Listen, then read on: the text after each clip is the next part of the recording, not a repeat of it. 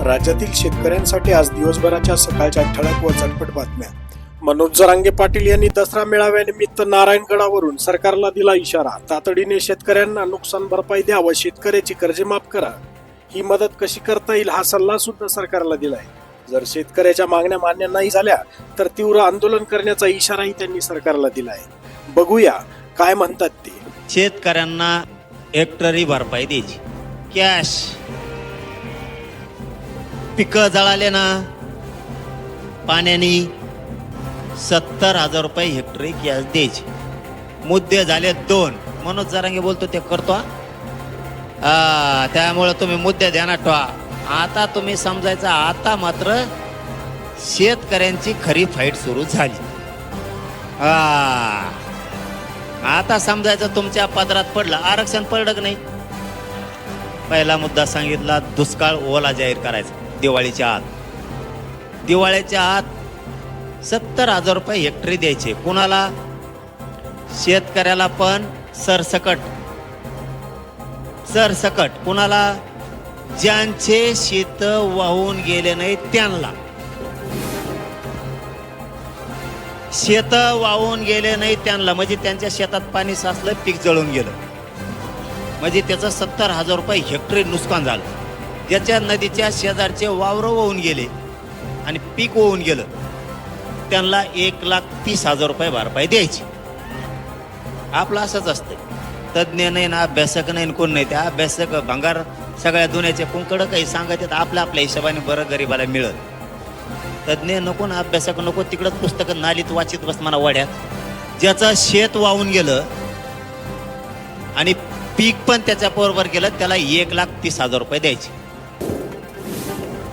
ज्याचे जनावर वाहून गेले, ज्याचा कांदा वाहून गेला, ज्याची सोयाबीन वाहून गेली, ज्याची बाजरीचे खळे होणार होते वाहून गेले, त्याचे सोनं वाहून गेलं, त्याचं धान्य वाहून गेलं, यांना शेतकरी सांगन तसा पंचनामा करून 100% भरपाई द्यायची. म्हणजे घर पडलं, शेळ्या वाहून गेल्या, जनावर वाहून गेले, म्हशी वाहून गेल्या, जेवढं वाहून गेलं तितके पैसे एवढे द्यायचे. शेतकऱ्याचे 15 रुपये कापायचे ठरले. ऊसाचे अजिबात 1 रुपया सुद्धा कापायचा नाही. 1 रुपया कापायचा नाही. याला पर्याय देतो आम्ही. शेतकऱ्याचे ऊसाचे पैसे कापूस तर ज्याला 10,000 रुपये पगार आहे त्याचे 2,500 कापा. ज्याला 20,000 पगार आहे त्याचा 1/4 हिस्सा कापा, 5,000. ज्याला 1 लाख आहे त्याचे 25,000 कापा. ज्याला 2 लाख आहे त्याचे 50,000 कापा. 1/4 हिस्सा कापायचा. त्याला काही गोमीचा पाय लंगडा होणार आहे का? पगार फुकटात हे. वावर कुठंतरी हाडपिलेला असन, नोकरी म्हणल्यावर कुठंतरी अनाधिकृत सापडलेला असन.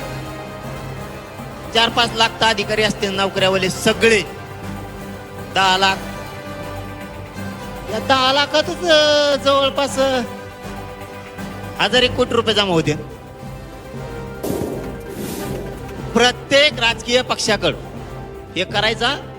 सरकारला सांगतो, मुख्यमंत्र्याला सांगतो, हो ते पैसे कापायचे नाही. नोकऱ्यावाल्याचे पुऱ्याचे पैसे कापा. टोटल 1,000 रुपये ठेवू नका. त्याचे 1/4 हिस्सा कापून टाका आणि शेतकऱ्याला वाटा. इकडे शेतकऱ्याचं कुठं गाबाळ आणतो. त्याचे 5 खायची येळ आली आणि तू कुठं खातो रे? ते जमणार नाही. 1 एकर ऊस लावायचा आणि त्याच्यात तुला 15 रुपये द्यायचे. तो जर गाडी लागली काय तिकडे, आणि तो पोराचा टायरच 1 लाखाचं आहे गाडीचं. ही केव्हा नाही ती गाडी. एका पक्षाकडं 1,000 लोक आहेत मराठ्यावर. निवडणुकीच्या दिवशी म्हणतात 500 कोटी दिन देतोय, कंपनी बंद पाडी. आता रोग आला का सरकारला? जेवढे व्यावसायिक उद्योगपती येतं, राजकीय लोक येतं, खासदार आमदार येतं, मंत्री येतं, यांच्याकडे प्रॉपर्टी 1,000 कोटीच्या आहेत ना. 1 एकर ऊस सावल्याचे 15 रुपये कापी तू कशाला? आता देवेंद्र फडणवीसची प्रॉपर्टी कमी असेल का? कापेवून अर्धी दान शेतकऱ्याला. अजित पवारची कमी आहे का? अजित पवार तिकडे काढी लागली का? त्याचे कापेव. शिंदे साहेबाकडे काही रोग आलाय का? त्यांची कापेव प्रॉपर्टी. उद्धव ठाकरेकडे काही कमी पडलं का? त्यांचं कापे हो. शरद पवाराकडे पुरी काढीत लागली का? त्यांची कापे हो. काँग्रेसचे येतं नाना पटोले, सोनिया गांधी, इंदिरा गांधी, तो कोणचा गाव लाल भडक गांधी, एक दुसरा कोणचा आहे तो त्याची कापे हो. यांजवळ प्रॉपर्ट्या कमी आहेत का? हा, ते आंबाडी, त्याचं तेल मीठ बंद करा ना. सगळं त्याचे पंप येतं. त्याला म्हणा एक दिवस तो जे रिलायन्स पंपाचा व्यवसाय येतो, एका दिवसाचा एका पंपावर 3 शेतकऱ्याला. ऊस कुठं कापी तिकडं आमचा फेसकोट पडे पाणी घालू घालू उसाला ना, आमचं कुठं कापी तो गाच पाण्याचा. तिकडं लय मोठं उतार आहे ना. त्या राज ठाकरेकडे काही कमी आहे का? त्याच्या सगळ्या ट्रॅव्हल चालतात, कापे हो त्याच्या. नारायण राणेकडे काही कमी पड असलं त्याला दी, ऊसाचे पात्राटाचे, त्याच्या कोण घे. मग विखेंकडे येतं, मोहिते घराणे येतं, निंबाळकर घराणे, चव्हाण घराणे, देशमुख घराणे येतं. त्या छग्याला 2-4 पोते भरून द्या पैशाचे. त्याची काडी लागली असली कुठं तर त्याच जवळ नसन तर. इकडे निजामी गॅजेट म्हणणारे यांच्याकडे काही असले तर बघा. बोलायला तर लय उत येतं तोंड तवाच. इकडे दे म्हणा थोडे. आणखीन कोण कोण असले तर ते वगळंटी वार एक तो काँग्रेसचा, त्याच्याकडे काही असले तर बघा. तो 56 कुळे, त्याच्याकडे काही पैसे असते. त्यांनी ते कुट्याची कंपनी तर बंद पाडली, 200 कोटी दिले नाही म्हणून त्याला निवडणुकीला.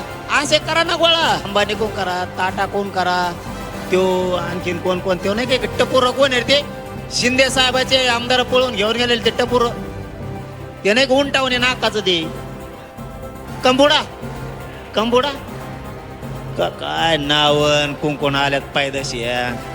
त्याच्याकडे मारण्याचा पैसा आहे. काढा नाही कंबोडा का काय कोण कानू शिंदे साहेबाची शिट घेऊन पळून गेलता ह्यो कंबोडा. ते टपूर इमानात बसलं जणून तर काचाच्या बाहेर आलत, इतकं उच्च जणू. आमच्या शेतकऱ्याला लुटूस तर ह्या किती कंपन्या येतात, टाटा आहे, ते लय येतं. आता बजाजवाले येतं, आणखीन मरणाचे आलेत ना, यांचे कोण घ्या ना. हे जमतं का निवडणुकीच्या टायमाला पैसे घ्यायला उद्योगपती कोण? हिऱ्याचे माणिक मोत्याचे व्यापारी येतं, आमचे जैन मारडी येतं. मस्त होता आलाय ते हमेशा कवा शिराच वाटत लोकांना एवढं बार पैसे वाटा म्हणा. अहो पटेल गेलाच उधार घ्यायला तिथं झक मारायला. पाटील पाटला दिलं 5-5 जणाला उधार घेऊन. बोकांडी टाकलं त्या मारड्याने आमच्या. या शेतकऱ्यांना दिवाळीपूर्वी खात्यात मदत मिळेल. दुष्काळाच्या सर्व सवलती लागू होतील, मुख्यमंत्र्यांनी केली घोषणा.